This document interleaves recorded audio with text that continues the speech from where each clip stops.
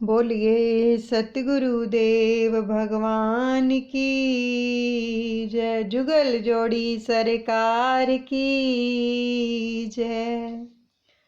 अभी हम श्रीमद् भागवत जी का दशम स्कंद का रसपान करने जा रहे हैं।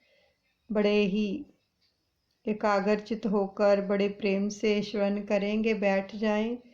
सर्वप्रथम अपने सतगुरुदेव भगवान दादा गुरुदेव जी के चरणों में लाखों करोड़ों बार दंडवत प्रणाम करते हैं। कृष्ण कन्हैया और राधे रानी के चरणों में भी दंडवत प्रणाम करते हैं। आंखें बंद कर लीजिए और ध्यान अपना अपने इष्ट देव के चरणों में लगाएंगे। कानों से भगवान की लीलाओं का रसपान करेंगे और हर श्वास श्वास के साथ सुमिरन करते जाएंगे ताकि एक एक पल जो है लेखे में लग जाए। और ये भान कर लीजिए कि प्रभु हमारे साथ ही हैं।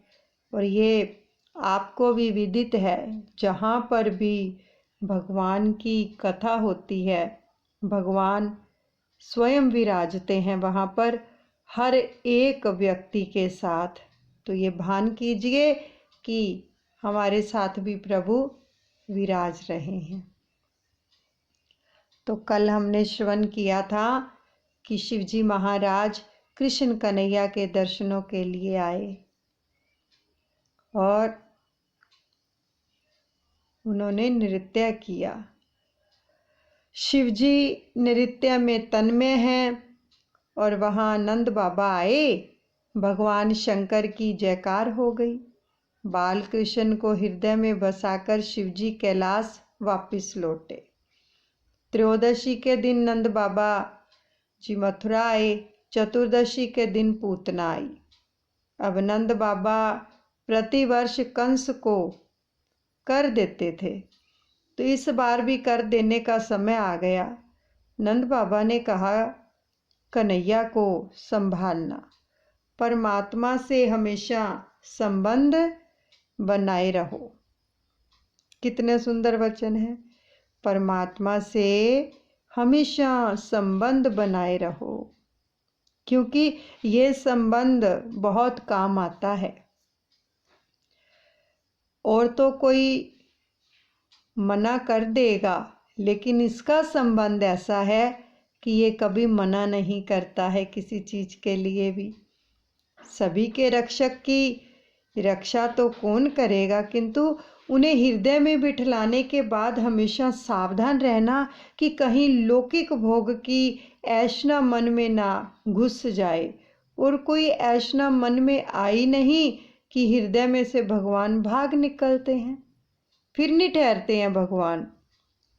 जब हमारे मन के भीतर किसी के प्रति ईर्ष्या, द्वेष, छल कपट, निंदा, चुगली ये सब बातें चलती हैं ना, तो भगवान वो स्थान छोड़ देते हैं, क्योंकि वो नहीं रहते हैं। वो केवल निर्मल हृदय में रहते हैं। तभी तो भगवान कहते हैं, निर्मल मन जन सोई मोहे पावा,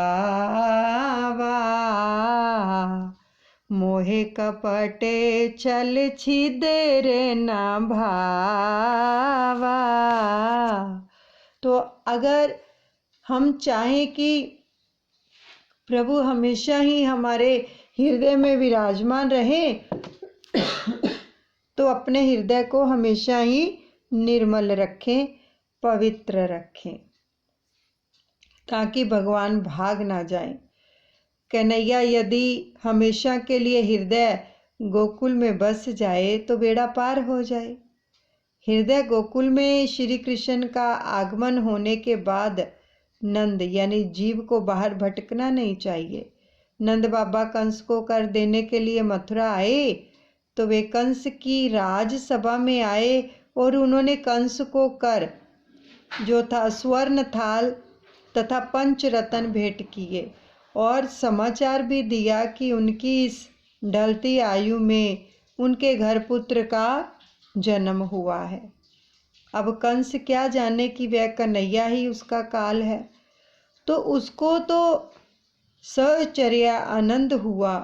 उसने सोचा कि इस भेंट के परिणाम के अनुसार उस बच्चे को आशीर्वाद भी तो देना पड़ेगा। तो उसने बालक को आशीर्वाद भेजा कि बड़ा होकर वह राजा बने, तो उसकी जयकार हो, तो उसके शत्रुओं का शीघ्र ही विनाश हो। कंस ने अनजाने ही कृष्ण की जयकार की और आशीष दे दी। अब शत्रु भी जिसे आशीर्वाद दे और वंदन करे तो वह तो ईश्वर ही होगा ना। भेंट के परिणाम से आशीर्वाद देने वाला कंस ही है। अब नंद बाबा ने कहा, सारे ब्रिजवासियों ने मेरे लिए एकादशी आदि व्रत किए हैं, जिसके फल स्वरूप मुझे पुत्र मिला है। नंद बाबा यह औरों को दे देते हैं। नंद बाबा ये यश जो है, यश औरों को दे देते हैं। सुखदेव जी वर्णन करते हैं, नंद जी वसुदेव से मिलने गए और वसुदेव को बड़ा आनंद हुआ। दोनों ने एक दूसरे का कुशल मंगल पूछा। किसी भी मित्र से मिलन होने पर अपने सुख की बात ना करो, किंतु उसके दुख की बात जानकर उसे आश्वासन दो। नंद जी वसुदेव से सुख दुख की बातें पूछने लगे। सुना है आपके घर पुत्री का जन्म हुआ था और कंस उसकी हत्या करने आया था। तो वसुदेव ने कहा, हाँ यह बात सच है, किंतु इसमें कंस का नहीं, मेरे कर्म का ही कोई दोष है, किंतु आपके घर जो बालक है वह मेरा ही है। नंद बाबा ने भोलेपन से कह दिया, हाँ वह आपका ही है।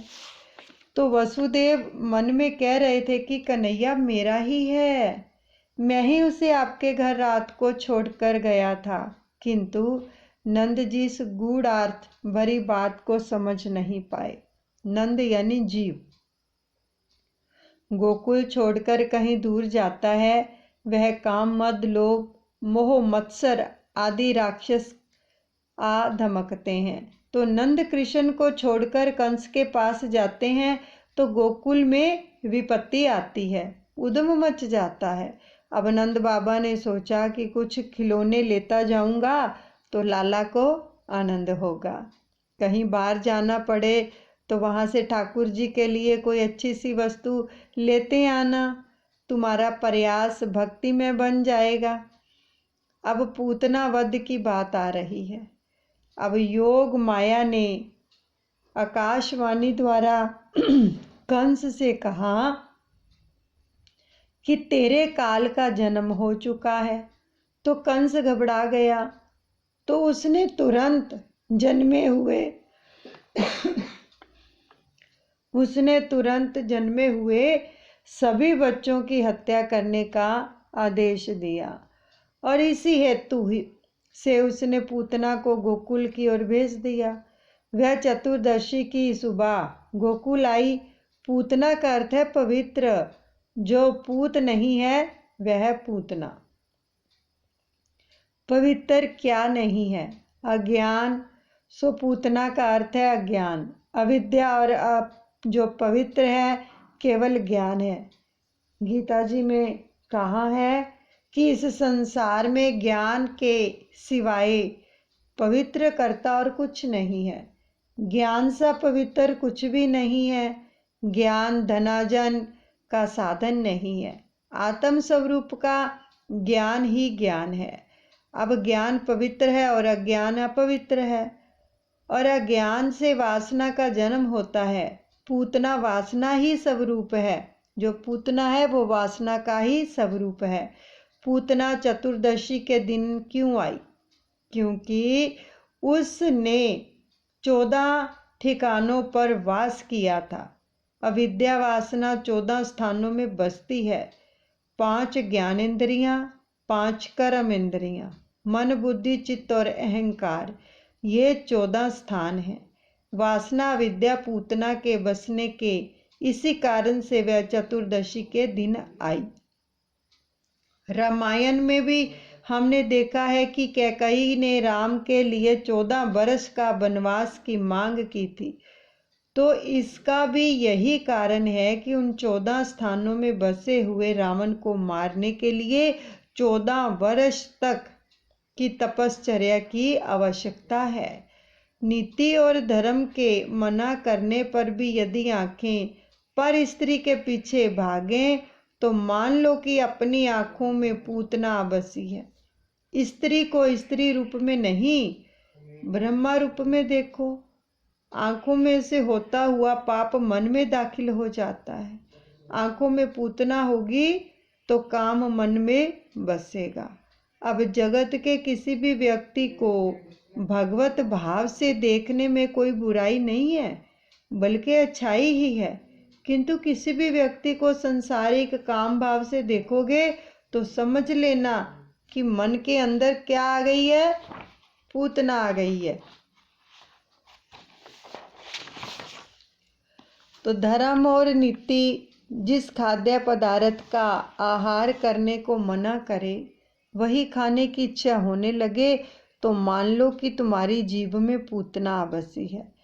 अब विभत्स और अतिशय कामुक बातों को सुनने की इच्छा हुई तो मान लो कि पूतना कानों पर सवार हो गई है।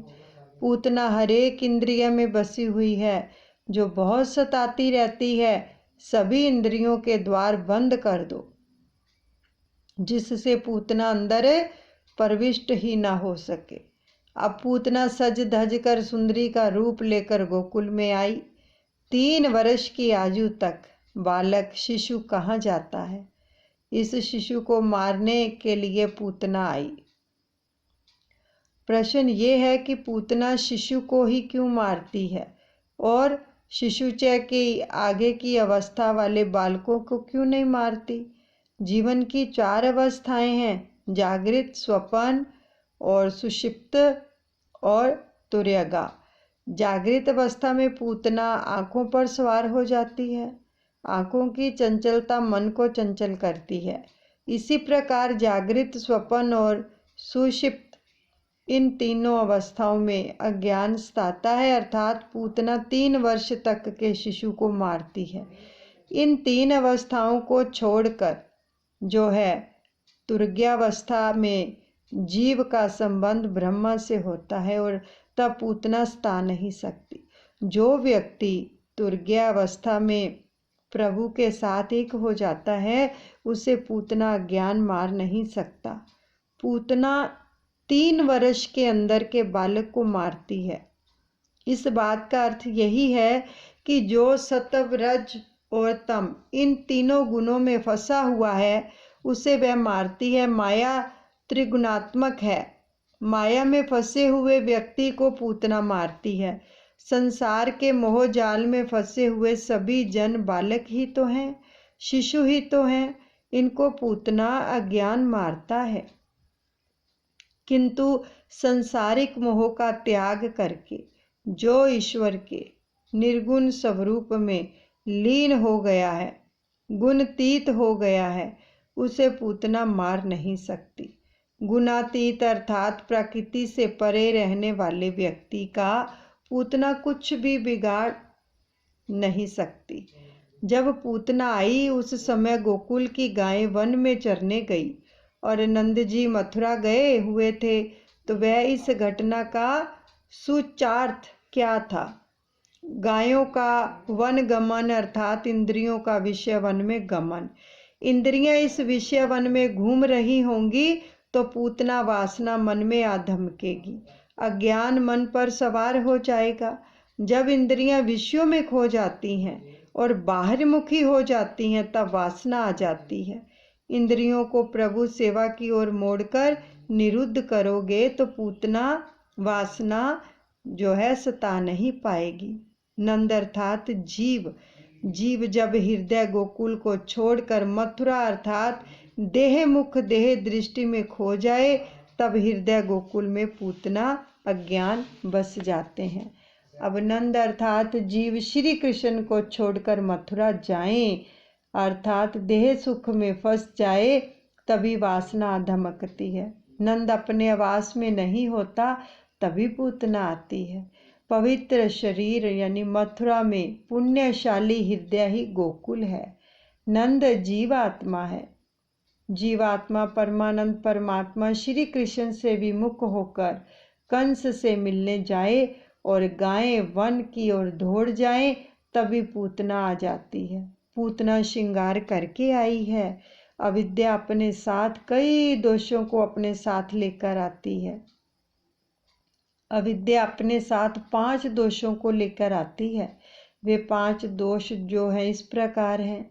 एक तो देहाध्यास, और दूसरा इंद्रियाध्यास, तीसरा प्राणाभ्यास, और चौथा जो है अंतकरण ध्यास, 5वां स्वरूप स्मृति। यानी पूतना का स्वरूप देखकर यशोदा आदि धोखे में आ गए।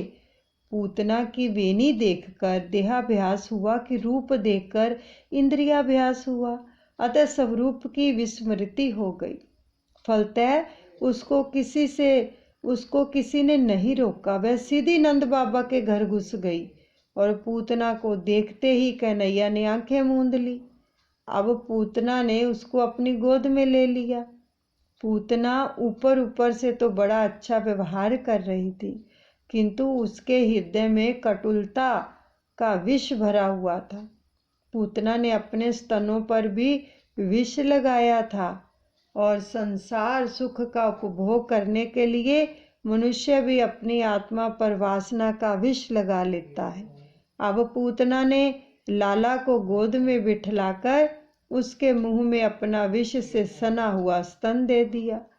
अब कन्हैया ने तो दूध पीना शुरू कर दिया, और उसने इस प्रकार दूध पीना शुरू किया कि पूतना वेदना से भारी कंदन करने लगी, किंतु कन्हैया तो दूध पीता ही रहा और पूतना धीरे धीरे निष्प्राण हो गई। सौंदर्य को देखकर मनुष्य मात्र लुब्ध हो जाता है और भान भूल जाता है। सभी ब्रिजवासी भी पूतना के बनाव श्रृंगार पर मोहित हो गए थे और उसको किसी ने रोका ही नहीं था। अब श्रीमद् शंकराचार्य ने शत श्लोकी में कहा है कि लोग त्वचा की, रूप रंग की बड़ी मीमांसा करते हैं, किंतु आत्मा की मीमांसा तो करते ही नहीं है। जो व्यक्ति चमड़ी का चिंतन करता रहता है वह अगले जन्म में क्या बनता है? चमार बनता है। सो शरीर के श्रृंगार में समय मत गवाओ। जिसका शरीर तो सुंदर है किंतु हृदय में विष भरा हुआ है, वही पूतना है। पूतना बाहर से बड़ी सुंदर थी, किंतु उसके मन में जो था बहुत मैला था। जिसके वस्त्र तो सुंदर है किंतु मन अस्वच्छ है, वही पूतना है। अर्थात जिसकी आकृति तो अच्छी है किंतु कृति बुरी है, वही पूतना है। अब चरित्र की जांच पड़ताल किए बिना किसी का पानी तक ना पिया जाए, चाहे बर्तन प्याले चमचमाते क्यों ना हो, किंतु उसका मन मैला हो सकता है। बड़े बड़े तपस्वी भी सौंदर्य के मोहजाल में फंस चुके हैं।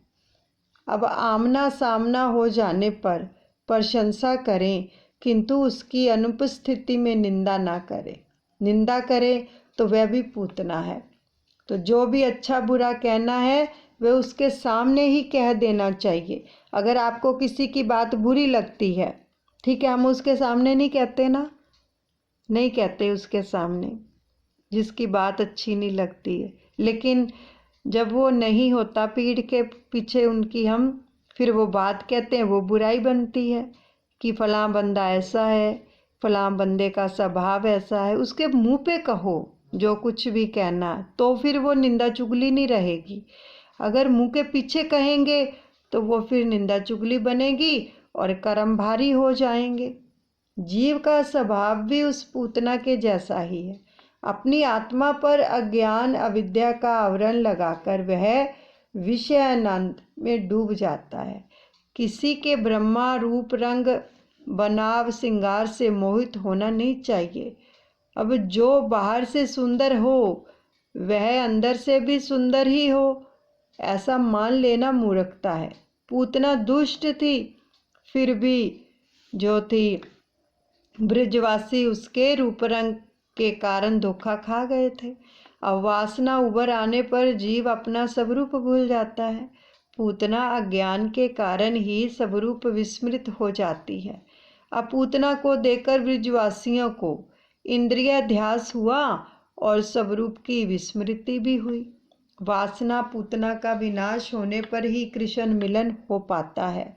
तो मानो श्री कृष्ण वासना रूप पूतना को मारकर जो है शकुन करते हैं। मनुष्य वासना का दास है, अतः उसका पतन होता है। वासना रूपी पूतना से कभी आंखें ना मिलाना।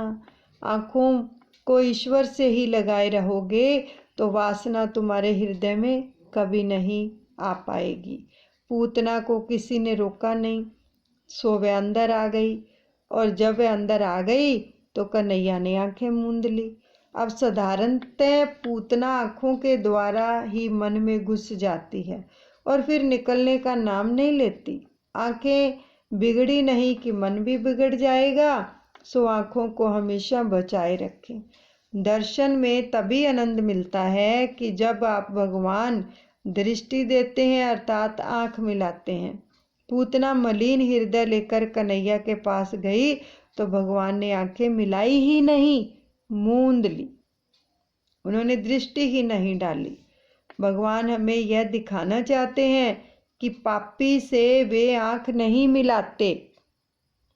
भगवान पापी से आंख नहीं मिलाते, उसके सामने देखते तक नहीं है। भगवान वस्त्र या बनाव श्रृंगार नहीं, मन देखते हैं। बाहर से सजीले किंतु मन के मैले व्यक्ति से वे आंख नहीं मिलाते हैं। भगवान से हमें यही प्रार्थना करनी है, नाथ हम आपकी शरण में आए हैं। मुझ पापी को भवसागर से पार करा दीजिए। मौसम कौन कुटिल खल कामी, जिन तन देव ताही बिसर्यो ऐसो नमक हरामी। सूर कहे श्याम सुनो, शरण है तिहारे, अब की बार पार करो नंद के दुलारे। किंतु जीव बड़ा अभिमानी है, वह ऐसी प्रार्थना करता ही नहीं है। जीव है तो खाली हाथों वाला, फिर भी वह अकड़ कर ही चलता है। नहीं विद्या बल वचन चातुरी, ईश्वर की कृपा के बिना मनुष्य के पास है ही क्या है। जीव भगवान की शरण ले तो उसके सभी पाप दूर हो सकते हैं, क्योंकि भगवान ने ही तो वचन दिया है कि सन्मुख होए जीव मोहे जब ही जन्म कोटि अगनासै। तभी बहुत सुंदर है ये। सन्मुख होए जीव मोहे जब ही जन्म कोटि अगनाशय तब ही। गीता में कहा गया है, जो मेरा हुआ है उसका कोई भी कभी भी विनाश नहीं कर सकता। शुद्ध प्रेम में तो औरों को सुखी करने की ही भावना होती है। एक महात्मा ने इन सूत्रों में एक और सूत्र भी जोड़ दिया कि काल नहीं कलेजा बिगड़ गया है, जिसके कारण कलयुग आया हुआ है। मनुष्य यदि एक दूसरे को देव रूप मानने लगे तो कलयुग सतयुग बन सकता है। पूतना को देखते ही कन्हैया ने अपनी आंखें क्यों मूंद ली? महात्माओं ने कई कारण बताए हैं इसके। पहला कारण तो ये बताया कि पूतना नारी थी।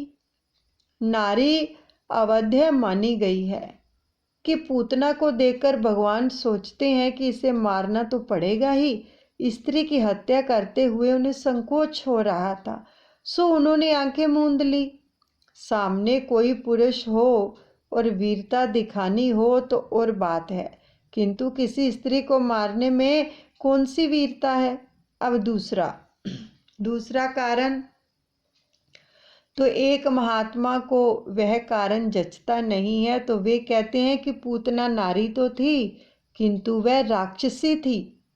उसने कई बच्चों की हत्या की थी और यहाँ भी कन्हैया की हत्या के हेतु ही आई थी। तो भगवान के आंखें मूंदने का कारण कुछ और ही है। उनकी आंखों में वैराग्य है। उन्होंने सोचा कि यदि वे पूतना से आंख मिलाएंगे तो उसको ज्ञान प्राप्त हो जाएगा। वह जान जाएगी कि यह तो ईश्वर है। मेरे ईश्वर तत्व का उसे ज्ञान हो जाने पर मैं जो लीला करना चाहता हूँ वह नहीं कर पाऊंगा। ऐश्वर्य का ज्ञान लीला में बाधा रूप है। यदि पूतना जान गई कि यह तो ईश्वर है तो वह दूध नहीं पिलाएगी। अब कृपा करते हुए भगवान यदि किसी से आंख मिला दें तो उसे ज्ञान प्राप्त हो जाता है।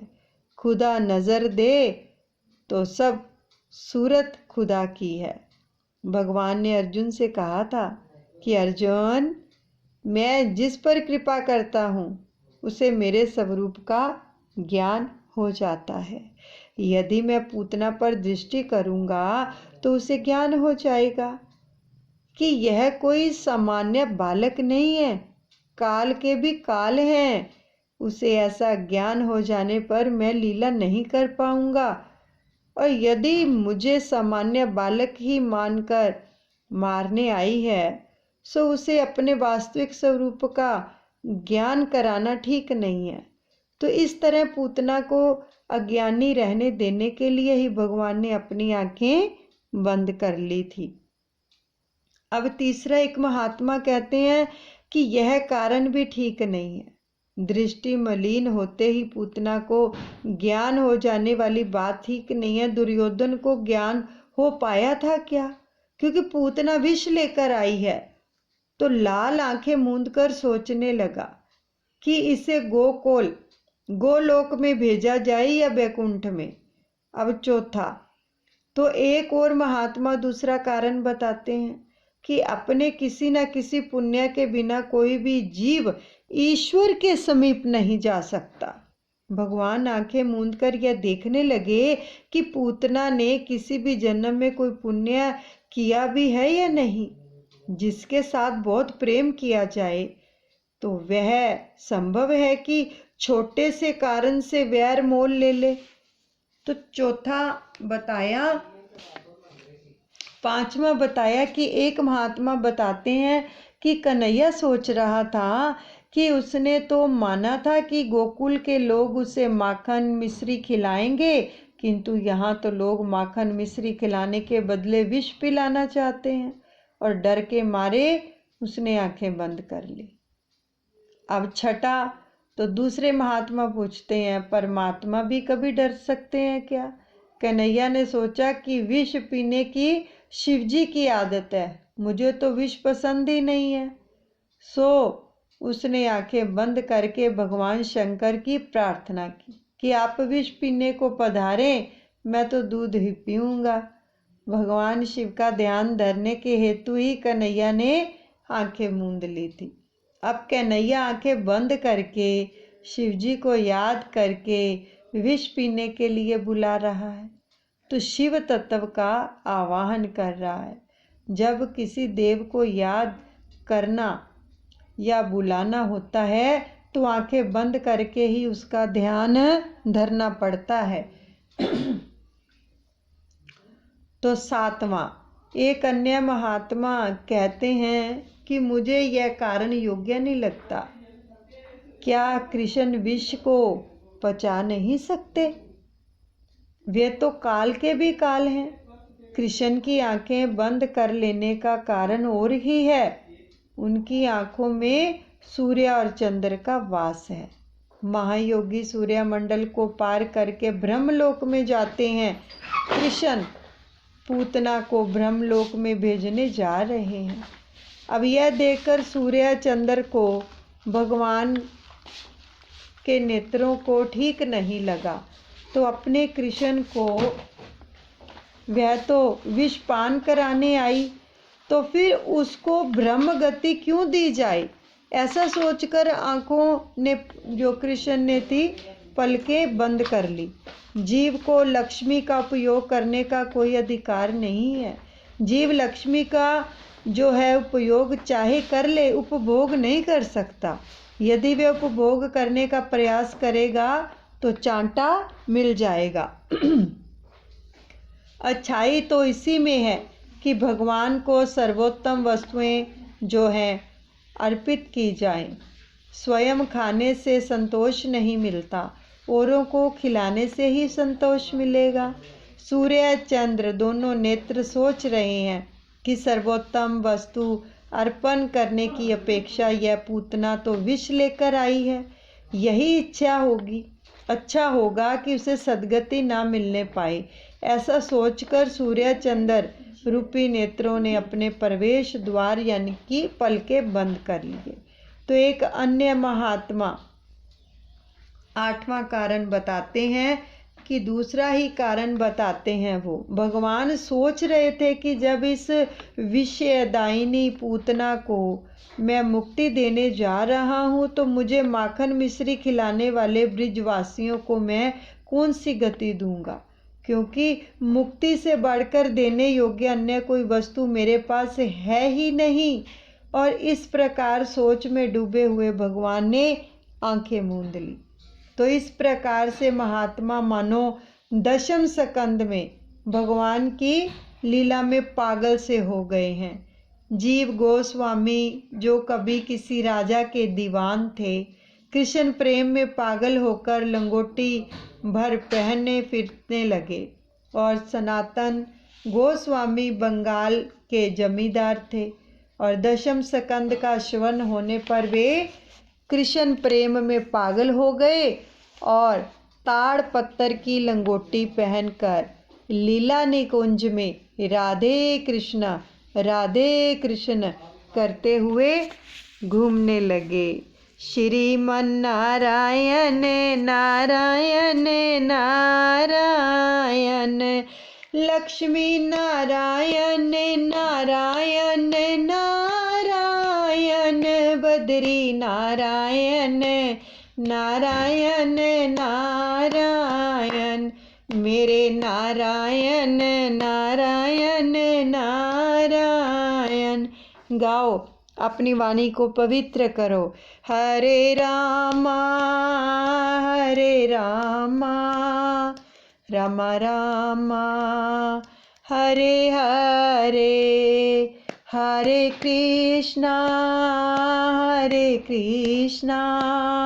कृष्णा कृष्णा हरे हरे। श्री राधे गोविंदा गोपाला तेरा प्यारा नाम है, गोपाला तेरा प्यारा नाम है, नंदलाला तेरा प्यारा नाम है। श्री राधे गोविंदा गोपाला तेरा प्यारा नाम है। दशम स्कंद को यहाँ पर हम विश्राम देते हैं।